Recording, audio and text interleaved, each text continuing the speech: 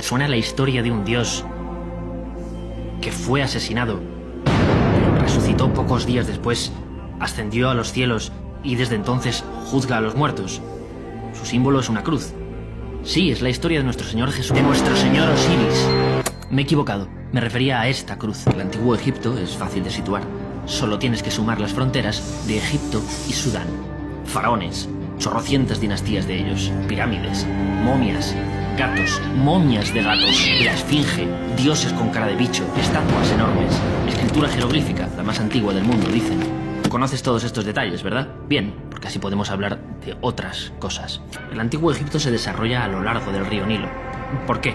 Veamos. El Sáhara era un jardín de puta madre con elefantes y jirafas y se vivía muy bien allí, pero se secó hace unos 5000 años. Así que la gente se fue arrimando a este río enorme, el Nilo. El Nilo es muy fértil, se puede cultivar cojonudamente en él. Solo hay que controlarlo un poco porque a veces se emociona y se desborda. Aquí, río de puta madre. Por aquí, desierto. Por aquí también. Por aquí, montañas. Aquí, el mar Mediterráneo. Por aquí, el Mar Rojo. Sería un país protegido por murallas naturales. Por eso, mientras otras culturas aparecen y desaparecen, ellos se mantienen prácticamente igual, política y socialmente, estables. No parece muy sexy, pero de hecho el equilibrio, o Maat, era la base de su pensamiento. La sociedad era una pirámide con el faraón encima, y se le veneraba como un dios, pero a cambio debía mantener ese equilibrio. Por ejemplo, el Estado distribuía trigo en tiempos de hambre. A cambio, solo tenías que construir pirámides. No las construían con esclavos. De hecho, habían hasta huelgas. La sanidad era pública, el hombre y la mujer eran iguales ante la ley. De hecho, se podían hasta divorciar. Habían anticonceptivos. No quiero decir que esto fuera el país de la piruleta. Habían muchas cosas terribles, te crujían a impuestos. Si ahora llegamos hasta los 70, 80 años, ellos la palmaban entre los 20 y los 30. Pero joder, Estados Unidos tiene 240 años. La antigua Grecia llegó a 700. Roma cumplió 1200. Ellos mantuvieron ese equilibrio durante 3000 años. A todo esto, la balanza como símbolo de justicia viene de Egipto, al igual que la idea de ser juzgado después de la muerte. Otra cosa muy interesante es que Egipto es pionero en ciencia, en matemáticas.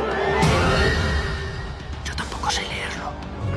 En arquitectura, por supuesto. Usaron las estrellas para orientar al norte las pirámides con una precisión brutal. El primer tratado de medicina es suyo. Se implantaron tornillos ortopédicos. Sin embargo, para los historiadores, lo suyo no era exactamente ciencia. Eran pioneros en diagnosticar enfermedades, pero en las curas todavía se mezcla auténtica medicina con religión. Les faltaba un toquecito, digamos. Ese toque se lo dieron los griegos. Les flipaba Egipto.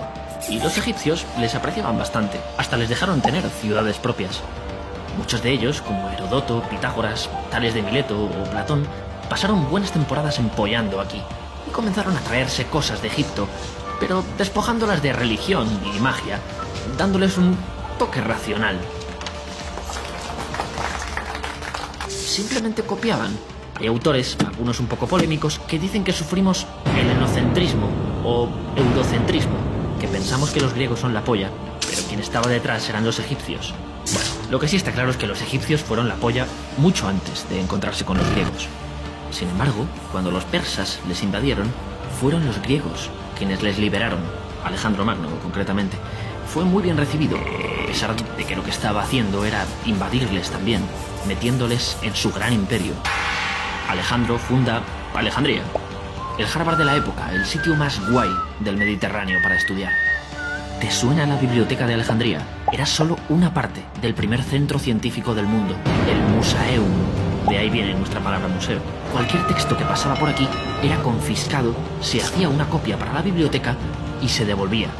Copiaron casi 500.000 de libros. Un poco copiotas sí que eran los griegos. Alejandría era también el mayor centro comercial de la antigüedad. Aquí llegaban barcos cargados de bronce de España, estaño de Bretaña, algodón de las Indias y sedas de China. Pero el Maat se impone. Alejandro muere y su imperio desaparece. De nuevo, Egipto vuelve a ser un reino, pero Alejandro deja a sus amigos en el poder. Los nuevos faraones son medio griegos, ni siquiera hablan egipcio. A ellos había que traducírselo todo, como en la piedra de Rosetta, en griego y egipcio, gracias a la cual hemos descifrado los jeroglíficos. ¡Pum! lo que queda del imperio de Alejandro es conquistado por Roma, cuando Roma comienza a entrar en Egipto. Primero estos faraones griegos le regalaron este trozo, la Cirenaica, y luego, para sofocar una rebelión, les pidieron ayuda militar. Roma estaba encantada de ayudar, claro. Entonces empieza un culebrón. Los herederos del trono son Ptolomeo XIII, un niño, y Cleopatra, su hermana de 18 años. Y están enfrentados, ambos quieren gobernar. Cleopatra es la más preparada. Sabía griego, arameo, hebreo, sirio, y es la única en su dinastía en interesarse por la cultura egipcia y aprender egipcio. Aquí estaría el nacimiento de Cristo. Todo esto ocurre 50 años antes. Nosotros estamos aquí, 2000 años después. Para ti toda esta movida es historia antigua. 2050 años te separan de ella. Pero para Cleopatra y su hermano, las pirámides estaban a 2500 años. Ni se te ocurra pensar que son de la época de las pirámides. O desencadenarás una terrible maldición. Bueno, en esta época la rockstar de Roma es el general Julio César, un fan de Alejandro Magno.